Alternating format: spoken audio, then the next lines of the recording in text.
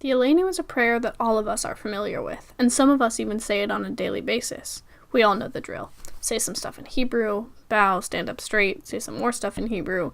But the original line recited before we bow is controversial, having been disputed for hundreds of years, starting even as early as the 14th century. This line reads, "For they worship vanity and emptiness and pray to a God who cannot save," the they referring to non-Jews who, unlike the Jews, are not believed to have been chosen by God. This begs the question, is this line even acceptable to recite? Obviously, Jews have been saying the Aleinu for many, many years. It was thought to have been originally introduced as early as the Second Temple period as part of the Rosh Hashanah Musaf service and became part of daily services by the 12th century. Traditionally, the Aleinu did include the controversial line as Jews saw nothing wrong with it at the time. It even became a tradition to spit either on the floor or into a provided container at the end of the line, as the word for emptiness and the word for spit sound similar in Hebrew.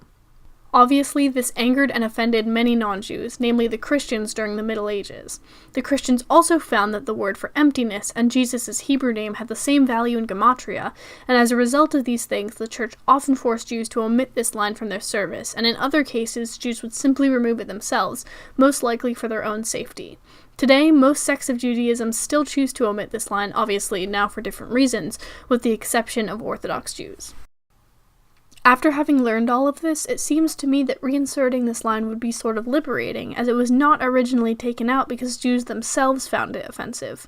Wouldn't saying this line be a way to prove the many freedoms Jews have today that they didn't have before? Additionally, according to Rabbi Reuven Hammer, this line in the Aleinu was originally intended to thank God for enlightening us to worship the real God instead of worshiping idols, which many, if not most people at the time this prayer was written did. So really it wasn't intended to say that Judaism was better than all other religions, just that monotheism was better than polytheism. This is where it starts to get complicated for me. These cases are compelling, but I'm not sure if they really justify the notion of chosenness in the Aleinu. One side of me feels like Rabbi Hammer's explanation is sort of similar to what Rabbi Norman Lamb has to say about chosenness. He believes that it's not that Jews are ethnically superior, they're just spiritually superior because they experience an obligation to God and the Torah that people of other religions simply do not. It's not that the Aleinu says that all other religions are bad, just some other religions. Both of these explanations feel more like excuses to me than anything else, however factually valid they may be. Just because the intention may have been purer than many people think doesn't mean all of the offensive implications of chosenness are annulled or even invalid. However, another side of me makes me feel like Jews should be proud to say that line in the Aleinu, considering the number of years we've been oppressed and forced to hide our religious practices. To give you some background on why I feel this way, I'll give you a brief explanation about my Jewish upbringing. Obviously, my mom is the cantor here at Kerem Shalom, but I actually spent most of my time at Chabad as a kid. I learned most of what I know about Judaism there, from the holidays to the intricacies of the meanings of the Jewish prayers, including the Aleinu. As I mentioned earlier, Orthodox Jews still say the disputed line, so naturally I learned the prayer with that line included, not knowing what it really meant. It was only when I started going to school again that I heard people skip that line, but I continued to say it because at the time I had a sort of Chabad elitist mindset, meaning if Chabad did something a certain way, I just figured that way must be right. But one day I decided to ask why that line was taken out, and I was met with an answer that made me reevaluate my way of thinking. Just because Chabad says something, although it is tradition, doesn't necessarily make it good or right. For example, Orthodox Jews are strictly against gay marriage, but does that mean I should also feel that way? I believe we should update prayers the same way we might update Jewish laws. We don't have a Beit HaMikdash anymore, which is why we no longer make animal sacrifices, so why should we keep this line in the Aleinu if most major religions nowadays are monotheistic?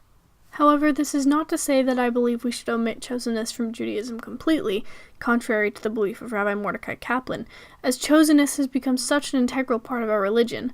I just think that sometimes, specifically in the case of the Aleinu, chosenness can be taken too far.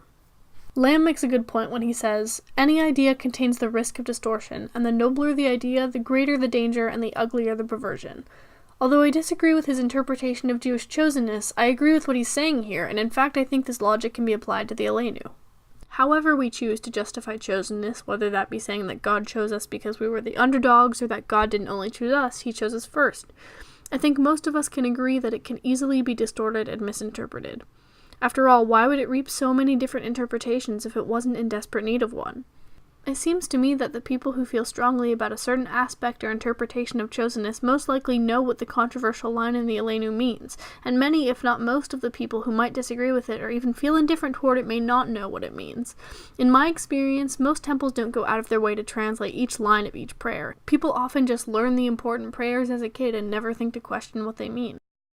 This is why I believe our temple should remove the line in question from our Siddurim. Now, some people might argue that I'm discriminating against other sects of Judaism, or I'm removing a line that relates to an extremely important and prominent concept in Judaism. And this is just my opinion, but I think most of the people who want to include that line know what it means and feel strongly about it for one reason or another. And that's fine. Anyone who wants to say it can feel free to quickly insert it into their davening. I just don't think we should keep that line in as a default. When you were learning the prayers as a kid, were you really going to think twice about what you were saying in a language you didn't even understand? To me, it seems worse to force someone to say something they disagree with without them knowing than to force someone to not say something that might empower them without them knowing, as the latter can always add the line in if they so choose. Keep in mind, this is all coming from someone who was the former of those two groups of people, so obviously I'm biased, but I hope you'll all take my opinion into consideration regardless, for the sake of those who may have had a similar experience with Judaism as I did. Thanks for listening.